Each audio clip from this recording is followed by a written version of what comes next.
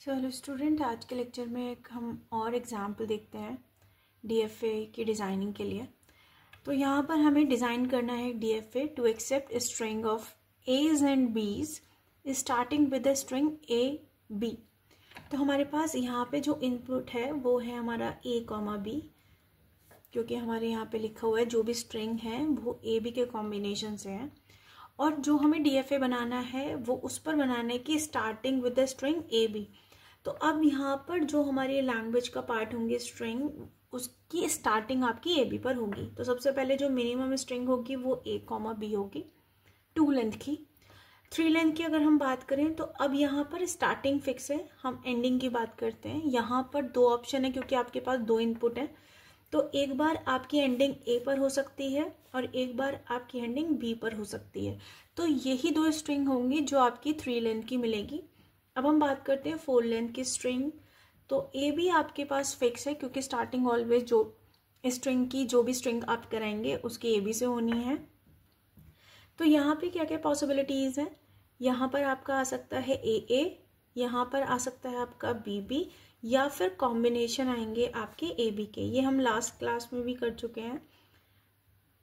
यहाँ पर आपका ए बी के कॉम्बिनेशन आ सकते हैं और बी ए के कॉम्बिनेशन आ सकते हैं।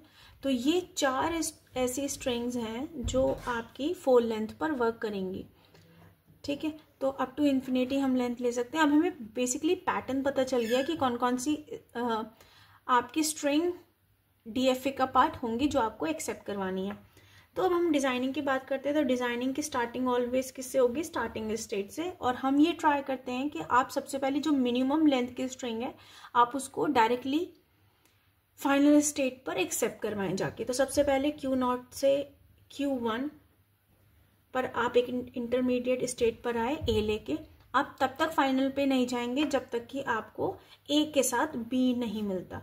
तो अगर मुझे बी मिलता है ए के बाद तो मैं फाइनल स्टेट पर आराम से पहुंच जाऊंगी। तो मैंने ऐसे स्ट्रिंग जो आपकी 2 लेंथ की मिनिमम स्ट्रिंग आपने पास करा दी इनिशियल से लेके फाइनल तक। अब इसका ये मतलब है कि Q0 पर ए मिला तो आप Q1 पर आए जो कि आपकी नॉन फाइनल है, और फाइनल लेकर अगर आपको Q1 पे बी मिलता है तो फाइनल ए बी का कॉम्बिनेशन लेके आप फाइनल पे पहुंचे। तो ये मिनिमम रिक्वायरमेंट थी जो आपने डीएफए के लिए बनाई। साथ में डीएफए का ये भी रूल है कि हर आप स्टेट पर आप अपने इनपुट्स को भी मैप करेंगे। तो सबसे पहले मैं अगर बात करूं इनिशियल स्टेट पर, क्योंकि क्वेश्चन में आपका है कि स्टार्टिंग ए बी से ही होनी है, तो अगर Q0 पे मुझे बी मिलता है तो मुझे किसी आगे फाइनल स्टेट पर नहीं लेके जाना। तो यहाँ पर एक कॉन्सेप्ट है डेड स्टेट का। तो यहाँ पर क्योंकि मुझे मैप करना ज़रूरी है डीएफए के लिए, ये मैंडेटरी है कि आपको Q0 पर या किसी अदर स्टेट पर आपको हर एक इनपुट के लिए पाथ बनाना है, तो मुझे बी का पाथ तो यहाँ पे रिप्रेजेंट करना पड़ेगा। तो इसके लिए एक तरीका है कि आप एक डेड स्टेट बना दें, डेड और ट्रैप स्टेट बेसिकली, जो आपकी कभी भी फाइनल पर इसको नहीं लेके जाएगी। तो अगर आपकी इनिशियल स्टेट पर बी मिलेगा तो आप हमेशा कहाँ पे रहेंगे? डेड स्टेट पर रहेंगे। अब इस डेड स्टेट पर चाहे आपको ए आए चाहे बी आए, आप डेड पे ही रहेंगे। ठीक है, अब हम आगे स्टार्ट करते हैं। तो Q0 से ए लेके हम Q1 पर पहुंचे। अगर अब Q1 पर आपका बी आ रहा है तो हम फाइनल पे पहुंच रहे हैं, लेकिन अगर ए आएगा तो क्या आपको इस एक्चुअली में ए को आपको कहाँ पे मैप करना है? क्या मैं यहाँ पर सेल्फ लूप लगा सकती हूँ ए का? नहीं, क्योंकि अगर मैंने सेल्फ लूप लगाया तो अगर मैं ए लेके Q1 पर आई और मल्टीपल ए लेकर भी मैं Q1 पे रही और बी लेकर मैं फाइनल पे पहुंच रही हूँ, तो जो स्टार्टिंग आपकी ए बी पर होनी थी अब आपकी स्टार्टिंग किस पर हो गई? ए पर। तो यहाँ पर सेल्फ लूप तो नहीं बनेगा, क्योंकि अगर आपने यहाँ पे सेल्फ लूप लगाया तो सेल्फ लूप की गारंटी नहीं है, वो चल भी सकता है और नहीं भी। अगर वो चला तो आपकी जो स्टार्टिंग है वो ए बी पर ना होके वो ए पर हो जाएगी। तो अब आपको ए पर कहाँ मैप करना होगा और कहाँ हम कर सकते हैं?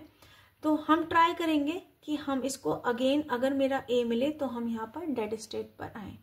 ठीक है, इससे क्या होगा कि अगर मेरे को ए मिलेगा तो ऑलवेज मैं डेड पे रहूंगी, और डेड स्टेट पर अब ए बी के कोई भी कॉम्बिनेशन मिले मैं डेड पर ही आऊंगी।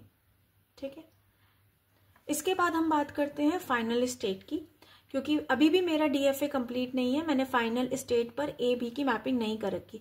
जब मैं एक बार A से B लेकर फाइनल पे पहुंच गई तो मेरी स्टार्टिंग तो A B पर हो गई।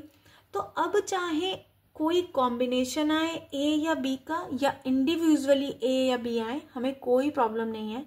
यहाँ पर जब हम एक बार A B लेके पहुंच गए, चाहे वो सिंगल A B आए या फिर A B के बाद A आए या A B के बाद A B के कॉम्बिनेशंस आए, हमें कोई दिक्कत नहीं है। तो यहाँ पर हम सेल्फ लूप लगा सकते हैं A, B का। इसका मतलब है कि Q1 पर अगर A आता है तो भी आप QF पर ही रहेंगे, और QF पे अगर B आता है तो भी आप फाइनल स्टेट पर रहेंगे। Thank you.